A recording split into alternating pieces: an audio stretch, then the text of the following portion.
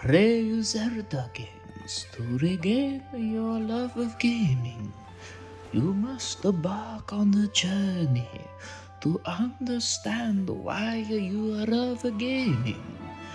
You must start with the first and begin a wonderful quest to find the love of video games once again. Oh, jeez. Oh, man. That was a weird dream. It felt like it take me... it took me back before 2011? Ugh, that was interesting.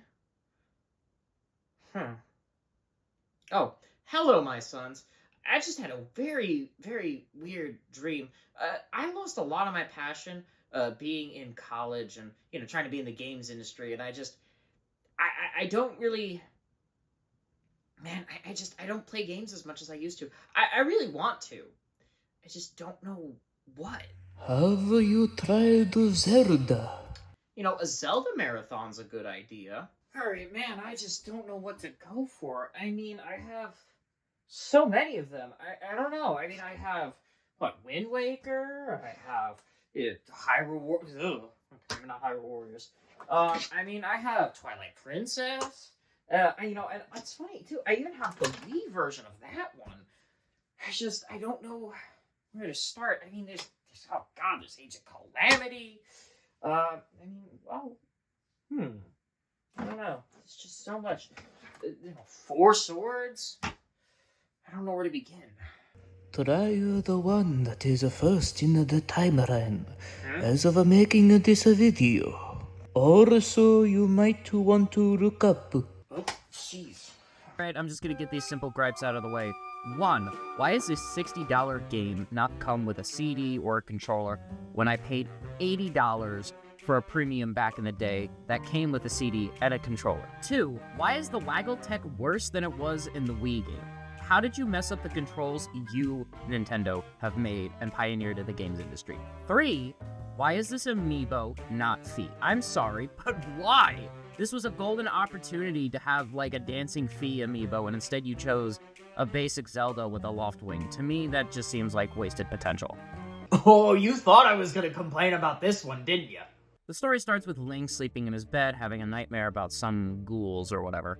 Basically, Zelda comes in, wakes him up, tells him to stop being a lazy sack of crap, and tells him that, hey, the night ceremony is today. You gotta make sure you do your part. This way we could have a romantic moment. It's clear that she's your childhood sweetheart here, and she has some emotional connection with Link, and it's honestly very adorable. And it plays throughout the entire game. It's just very far and few between. Hey. I would go to war for this girl. Bruce locks your bird away to try and have an unfair advantage. This way he could have that private moment with Zelda all to himself. However, Zelda helps you find your second dinner, Loftwing, a bird creature that we never get to see again and is assumed to be part of the Rito tribe or has evolved into the Rito tribe. I'm not sure which, but it's just on a list of creatures we never get to see again.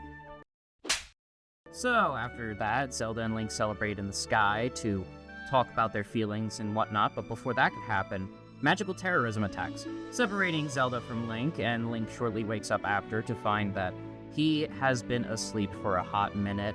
Zelda's dad asks what happened, and Link explains everything, and he doesn't seem the least bit concerned, which is kind of interesting because Link is a very expressive individual in this game, and so are the other main characters. You'd think her dad would be a little more expressive than just...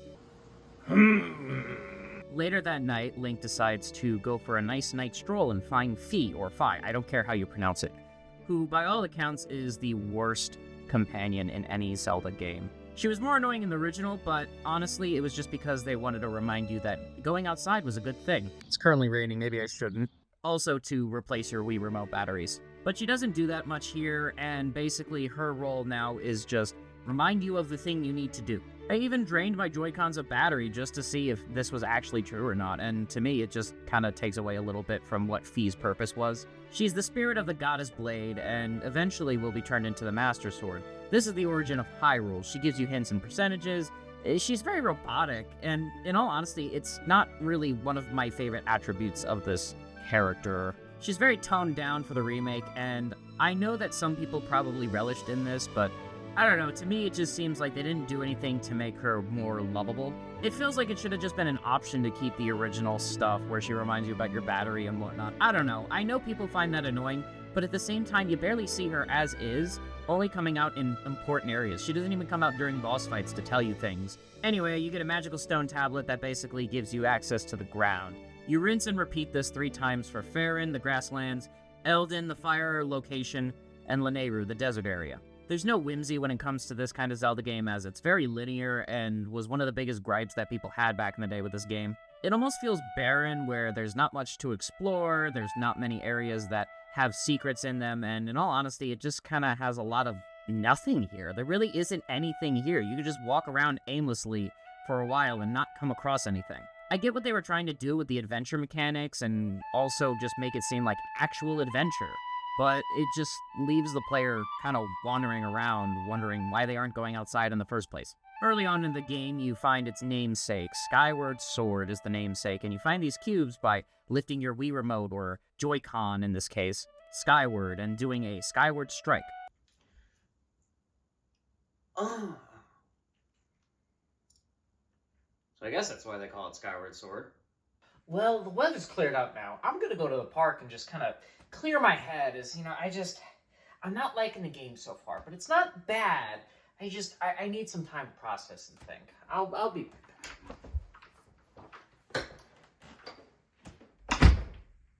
What the hell is that?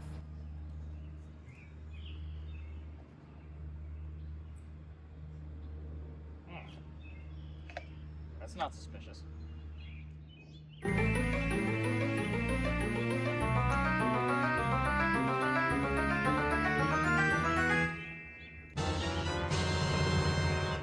Sword glows, and you can send a beam of light hurting enemies, though its damage should be a lot stronger than it really is. It doesn't do much damage, and honestly, it's kind of pointless when you could just run up to the enemy instead and whack it. I didn't really stick to the motion controls here, as I was very curious on how they were in comparison to the Wii, and if I'm being honest, the Wii is just better. If you want to play with motion controls in mind, please get a copy of the Wii port. Other than that, the standard controls are alright, I guess. They aren't anything to write home about, because the thing is, it feels like a Wii game without motion controls. And I know that's weird to say, but in all honesty, when I compare it to the only other Wii game on the Switch that I can think of, which is Mario Galaxy, the motion controls aren't as fine-tuned, and it's kind of a letdown, I would say. Skyward Sword was built around motion controls, and it seems like it's taken a backseat so much so that it lost its identity. See, Skyward Sword opened up with Miyamoto on stage showing off the Wii Remote tech, and even though it really wasn't functional at the time, there was promise here.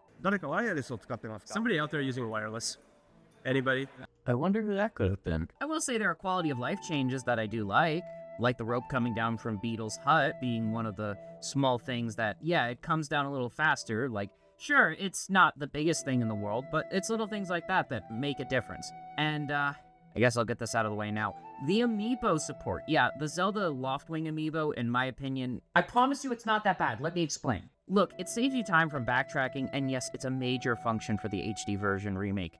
When it comes to functionality, of course, within games, it's clear that this was a move, if more of an afterthought than there were, like, anything else. They wanted to just market it amiibo. There are statues all across Hyrule that take you from the sky, and having the ability to just go anywhere in the game and then be able to fly out of the way without amiibo support just doesn't make sense when there are statues literally littered everywhere.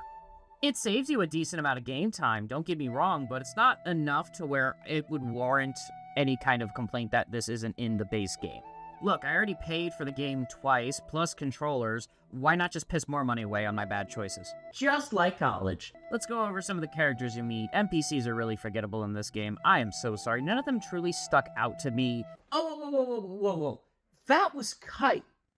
You know, Kite. Everyone knows Kite, right?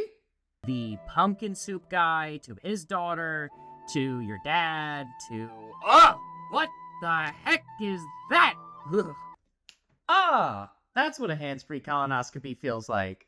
Yeah, this wizard guy who gives you hints is just really creepy to me, and a lot of these other designs are a little wacky, but Nothing out of the norm for Hylians, or I guess Skyloftians as they are in this game. You have the shopkeep, where you basically buy shields, bombs, arrows, whatever you really need for your adventure, given that current point in time in the game. You have the blacksmith, which basically allows you to upgrade your shields, fix them, repair them with all the monster parts that you find down below, and of course bugs and exchange for rupees, basically making sure that, hey, all of your stuff is decked out by the end of the game. The potion guy is really useless outside of the final boss, as hearts are pretty abundant everywhere. Every boss room has hearts. Everywhere just has a place where you can heal up, basically. I don't think it's anything that's needed. It's a nice touch to have, but there really isn't a point to using it. I didn't use it outside of the final boss just because I really wanted to just go in guns a-blazing. That's really much it. I could have done it without the potions. Lastly, it's the biggest draw of this game that really made me dislike it in a certain sense. Basically, this woman is your inventory lady, and she keeps things like medallions, shields, items that you're not currently using. By the end of this, you'll have like 5 bottles, so many medallions, and things that just really don't pertain to the game as long as you know what you're doing. I just don't understand why some of these medallions came late into the game. You had like heart medallions like 3/4 of the way through, or things like rupee gaining, or I don't know, just anything that just didn't make sense. You get the hard mode medallion at the beginning of the game, which is fine if you want that extra challenge, but then that's what hard mode's for. So at that point, you're just having a really hard mode if you do hard mode with... Oh my god, alright, I'm very confused. Ugh, my head is spinning from that. Even though these medallions give you obvious buffs, I just don't like why there's such limited space. Normally in Zelda games, once you get an item, it's in your inventory as progress. Here, you have to switch things out, and I rarely see use for these items anyway. Outside of one mission, I really never came here. That was pretty much it.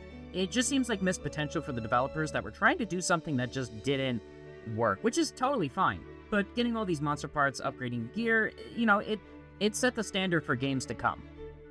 The creatures you fight in this game can tell you a lot about the tailored Waggle tech here. It's not inherently a bad thing, it's just very noticeable, especially for anyone who might have played this for their first time. Especially for some of the moves you do in this game. If you want to do a finishing blow, you have to do this weird up and down motion, but you end up doing this up slash instead most of the time. Or if you really want to do the spin attack, you have to go left and right on the joystick, and it feels weird. There were some instances here and there where motion controls were a little better to use than the regular controls, but you can easily switch them up in the menu. I guess that's why they call it the Nintendo Switch. Switching all the items is pretty easy. Each of the items gives a unique flair to the game. Bug net allows you to catch birds, bugs for potions, and all that other happy stuff.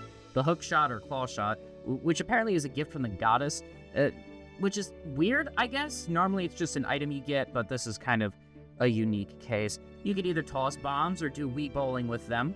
The beetle is the most interesting one out of the bunch in my opinion, allowing you to get items and stuff with this flying little mechanic from this ancient technology, from this ancient civilization in this game that we'll never see again. Lastly, from that same civilization, there's the Gust Bellow, which allows you to blow dust and debris, which is alright, I guess. I don't really know if I want to count the digging mitts as an item, because they don't pop up really in your item box inventory. They're kind of just an equipable thing like any other Zelda game. Link can use these to get items or burrow into holes to solve quick puzzles. We also have the slingshot, but then that eventually gets replaced with the bow and arrow. So there's a progression thing, but I don't know. I just didn't really use them much outside of, let's just say maybe like 1 or 2 puzzles in this game. They didn't use them as much as I thought they would. Which, again, it's fine for what this game is. It's more of a traversal thing. I don't know, just between the bow and the arrow and the slingshot, it just was there compared to the other items. The other items really took the show on this one. You spend most of your time in the sky, traveling between the 3 areas, going back and forth between each of them. Each area expands around 3 times each. Annoyingly, this is where most of your playtime will be, unfortunately, is in the Sky Islands, or at least that was the case for me. Not doing anything, just flying aimlessly around. Going between Farron Woods, Elden Cave, and Lanayru Desert, between the land and the sky as you go along makes the playtime unbearably sluggish. There aren't even really any side quests to do along the way. The cubes I mentioned before, sure, they're hidden all around Skyloft and this land below, but the thing is, you could go halfway across the map in Skyloft for one cube, only to go all the way across the other end just to go back to Lanayru or Eldon. It's really off the beaten path, and it really detracts from the game. These cubes were poorly placed, in my opinion, and the game encourages more backtracking than a Metroid game. I'm all for backtracking in video games, but the problem is that the incentives here aren't worth it. Sure, you get rupees, or you get a medallion late in the game, or you get a bottle late in the game, or something late in the game. That doesn't really matter. You're getting these sky cubes all throughout. There's not a certain point where they all end, and basically, okay, you have the rest of the game to deal with. No, this is just Skyward Sword being weird. This game is 50 plus hours if you want to go for completion, and it is not worth it. But there is one thing that kept me going. Yep, I've looked at the data, and I cannot lie. This Zelda is marriage material. Zelda being your childhood sweetheart gives you ample reason to keep pushing through the playthrough of the game, even during the toughest parts, which is the backtracking. Skyward really is just a boring central hub where you go to each of the locations finding these small little cubes.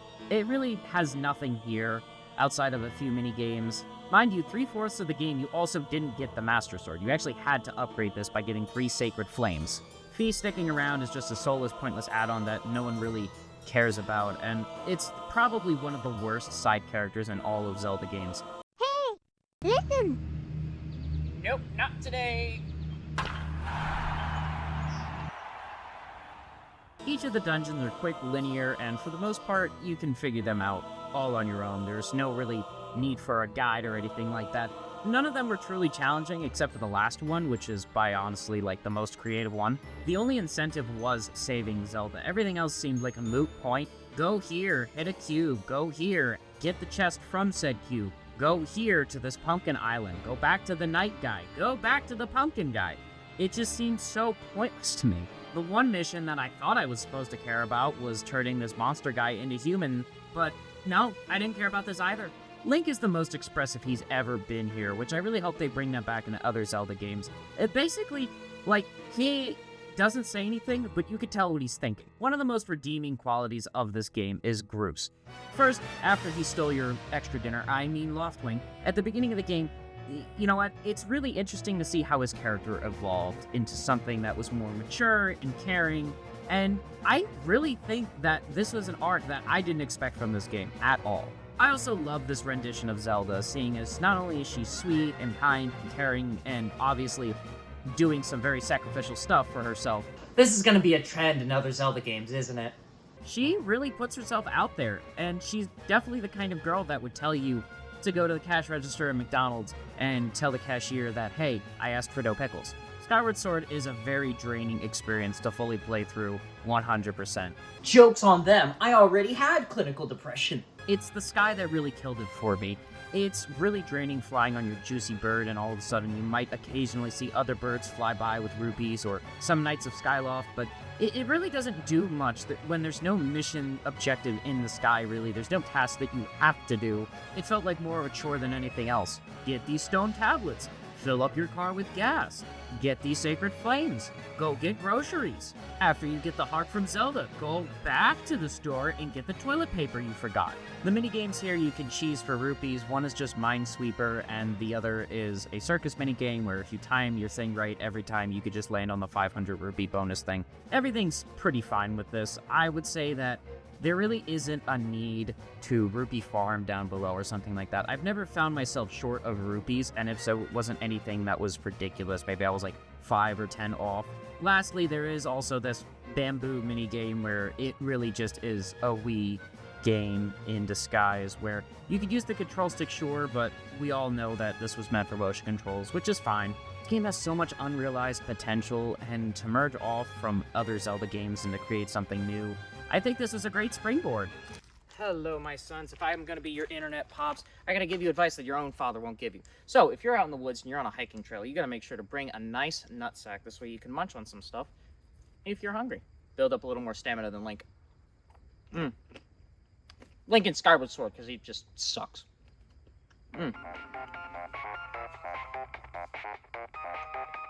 Speaking of sons. Hello? Hey, Pops, I heard you were doing a Zelda marathon of some sorts. Thought I'd see how that was going. Well, you're a better companion than Fee, that's for sure. Yeah, finding my passion for games after college has been rough, let me tell you. I might do some stuff in between to kind of spice it up. But, I took a walk in the woods to kind of clear my mind. I've been hearing those crazy voices in my head. Well, make sure you don't burn out. I mean, like you always tell me, my mental state is just as important as my physical state. I believe the term kids use nowadays is crash out, but that I do tell you guys to do. And that's also a note to all my sons out there. Make sure you take breaks between games to live a happier, healthier lifestyle instead of just staying inside all day. It's beautiful out. Oh, right. Well, I'm glad to hear you're putting that degree of yours to good use finally. Anyway, where's the second half of your channel at? Well, let me tell you, I finally got him to play Link's Awakening on the... Oh, yeah, no, that's cool. I remember playing that on the Game Boy. Get off of the phone! Sorry, I'm hearing something. It's like Your next journey awaits you. bothering me. I might have to call you back. I might have low reception here. Don't back away off our camera. Oh, just disconnected. Okay. What the heck is that? I told you not to back away off a camera. Oh, that's weird. I don't know who left that here, but this should be interesting.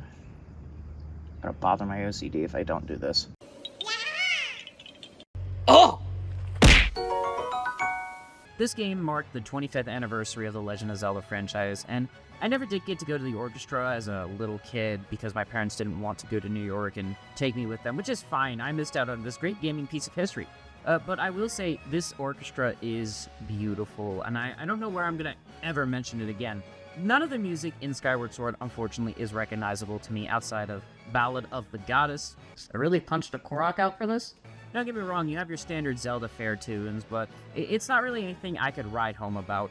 The bosses were amazing for the most part. This one boss in particular is probably the best. It's the six-armed individual with this sword skill stuff. I don't know, it's in an ambient room, and to me, it's just really fun and cool to do.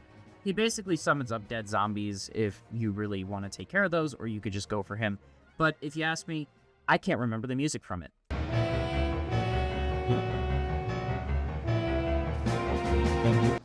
Ooh, Mario Galaxy! After you get the harp from Zelda and learn all the songs you need to, you get to travel to the past.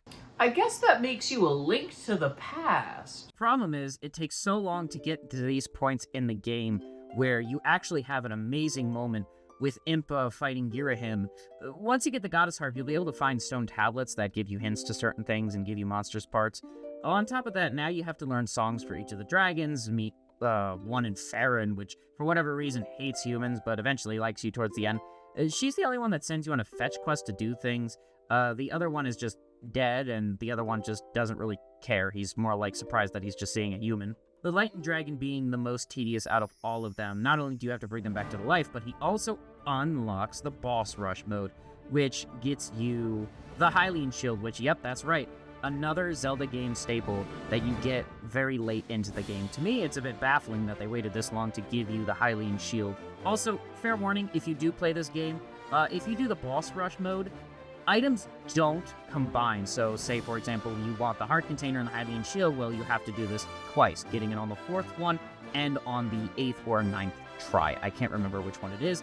I'm just saying it doesn't stack, so you won't get the rupees and monster parts and so on and so forth. It's really annoying as other boss rush modes allow you to keep your earnings as long as you progress. I don't mind fetch quests in games or going back and stuff when there's a point. Each of the dragons gives you a song of the hero, but this is after you've previously saved the Leviathan, after you've gotten the Sacred Flames, after making the Master Sword, after getting the harp from Zelda, after getting the stone tablets, after getting Fee, all while riding this slow, feathered pheasant in between. Ugh, it felt more like an errand fetch quest than just an adventure. If I wanted that, I would just work at a senior citizen home and go to Walmart. And then usually you have to report back to someone after you do something. Again, no rhyme or reason for going up to the Sky Islands except the cubes that give you treasure, which you don't really need anyway. Sure, you get 1 or 2 of them, you're fine. Extra medallions for random crap, dowsing for objects you may or may not need, which is just another pointless Wii thing that I don't even know where or how to talk about here because I never used it. Rupees that can be easily cheesed from the circus minigame. none of this feels like it matters. The Sky Islands are so bare bones, it's absolutely nothing up here. Before someone in the comments tells me, I hate this pumpkin thing, I hate this pumpkin minigame, no, it's terrible. If someone mentions the pumpkin patch thing, I'm gonna scream. By this point, I considered the amiibo a saving grace, just because it saved me an extra 2 hours at most, but the problem really comes down to I didn't feel anything during this. I didn't care about the characters at all. I was doing side quests for people I did not care. I didn't care about the stupid gratitude crystals, I didn't care about the stupid reward you got for them, I didn't care about the Thunder Dragon, I didn't care about anything. And you're not at the end of the game at this point, and you don't feel anything. Except for Groose! See, people ask me if I hate this game, and the answer is no. If I had to scale it on a scale of 1 to 10, I'd give it a clean Charmin Ultra Wipe out of 10. Once was enough. So you finally get the Song of the Hero. It takes you back to Skyloft of all places. Basically the plateau where you jumped off in the beginning of the game, bringing you back full circle after collecting another set of tears you've already collected each time from each of these dragons. So basically, in the beginning of the game, after you fail to save Zelda 3 times, if you want to travel to the past, like Samurai Jack, basically, you have to find these Tears of the Kingdom in order to... I don't even know. There's just so much collecting in this game, and so much back and forth between the sky and the land, and I felt like there was just something that could have been done way better than this. And it's kind of upsetting, because it's good overall, but I spent so much time in the sky for no reason. There's no reason outside of collecting the chest, and that's what's annoying to me. I liked it. I genuinely liked it. But the problem really just lies within how much time I spent between each area. If it was, like, if the pacing of the game was a lot better, I would have enjoyed it a lot more. An anxiety spike in the game. These things are one-hit kills, and they're very daunting, I will say. Glad I don't have a pacemaker. Once you do that, though, the final area opens up to you with this one particular statue in the beginning of the game that you didn't really know what it was used for. It turns out this is where the final area of the game is. And unless you ask the fortune teller, you wouldn't really know where this is. It's off the beaten path so much that I really wouldn't have known if I didn't look this up. This opens up, admittedly, the best dungeon in the game, which makes it more like a Zelda Dungeon Maker, using specific parts of each of the regions to aid you in getting the Triforce. So now that you've collected the Triforce, Zelda's wish could come true, which is getting rid of Demise. However, this guy comes back. I'm sure his wife is happy. But in all seriousness, I didn't want to talk about Girahim because you barely see him. He only pops up, like, every so often. He only pops up when there's, like, a boss or something. But there's so far and few between the areas. You spent more time traversing than you do interacting with your other characters. Especially if you're going for completion. So it doesn't even matter. And also, he just talks about, oh, releasing Demise and this and that, the final boss of the game. But it doesn't matter. It really doesn't matter. Because you fight the Imprisoned 3 times, which I didn't want to talk about him here either because he just sucks. Like, the Imprisoned sucks, Girahim sucks. Girahim is an easy boss, and the Imprisoned, he's annoying as heck, but he's also easy. So it's like, sure, it's fine. I guess he evolves every time you go on, but it just stinks. You fight Girahim 3 times, you fight the Imprisoned 3 times. Rule of thirds is great in this game because you travel between every, place 3 times. You travel to each of the 3 places. Why is this game obsessed with the number 3? Why? It's just not good. It's just not good.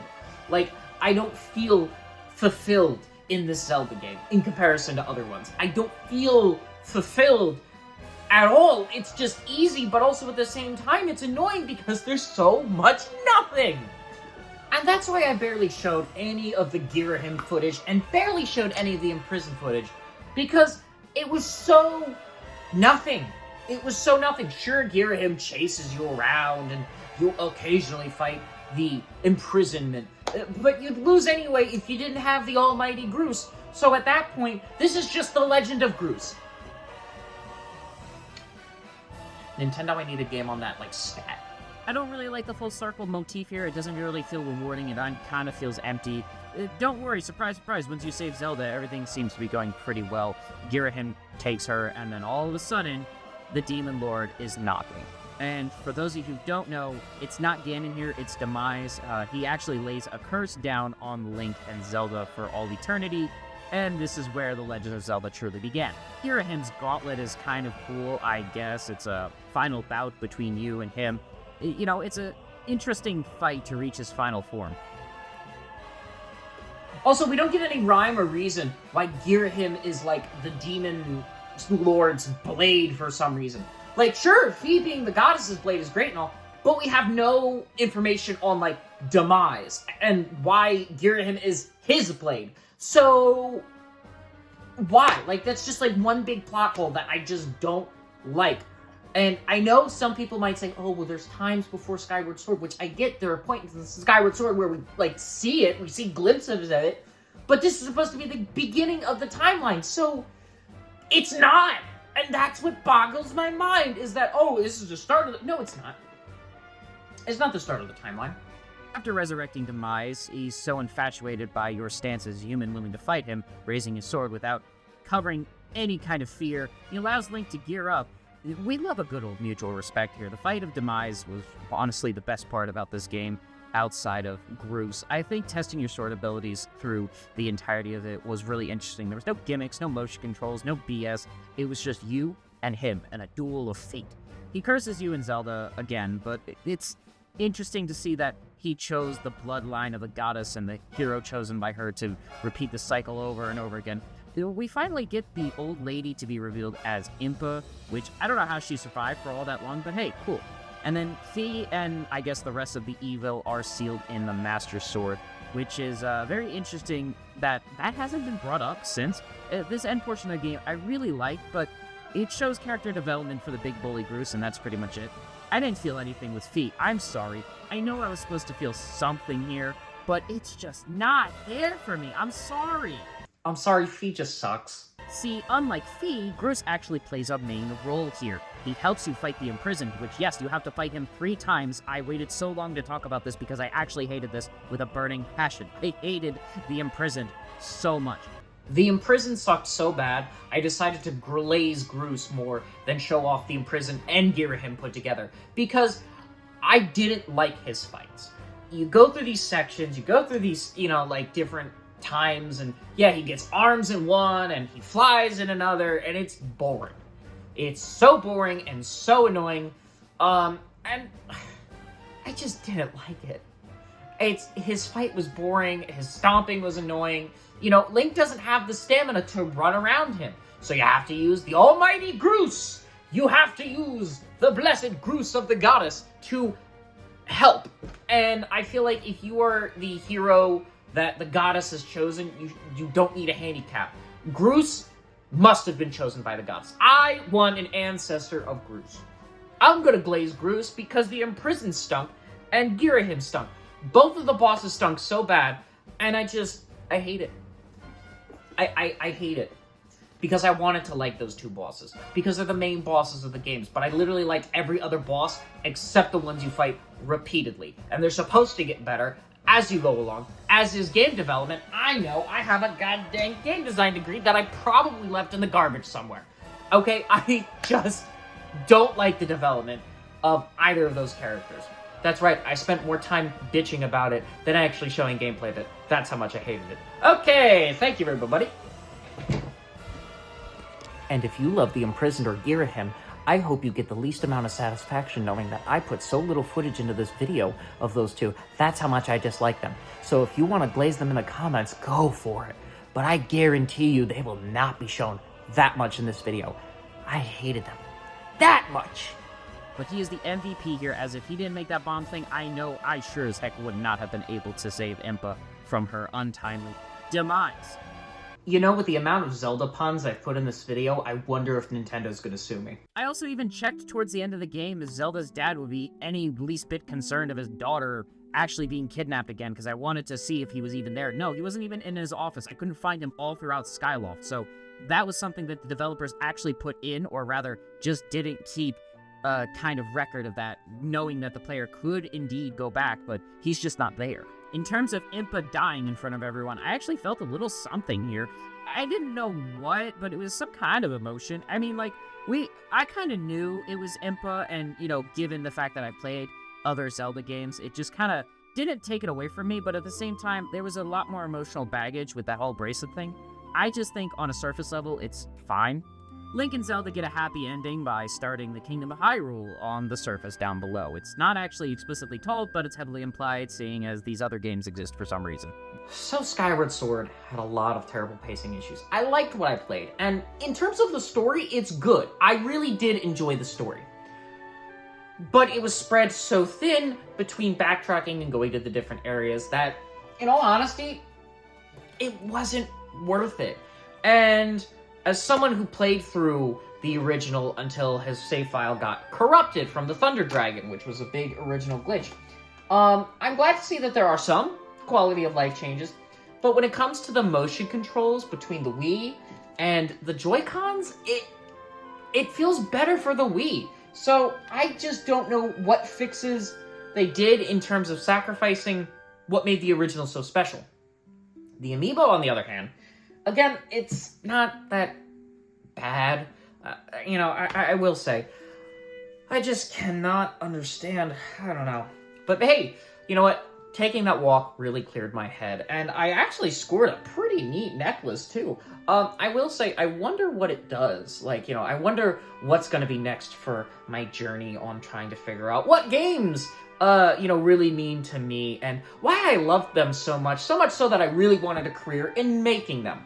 And Nintendo being one of the most unique and special games producers in the industry, I really feel like this journey is going to be special.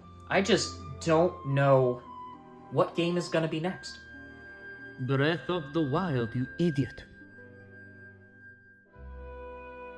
Breath of the what?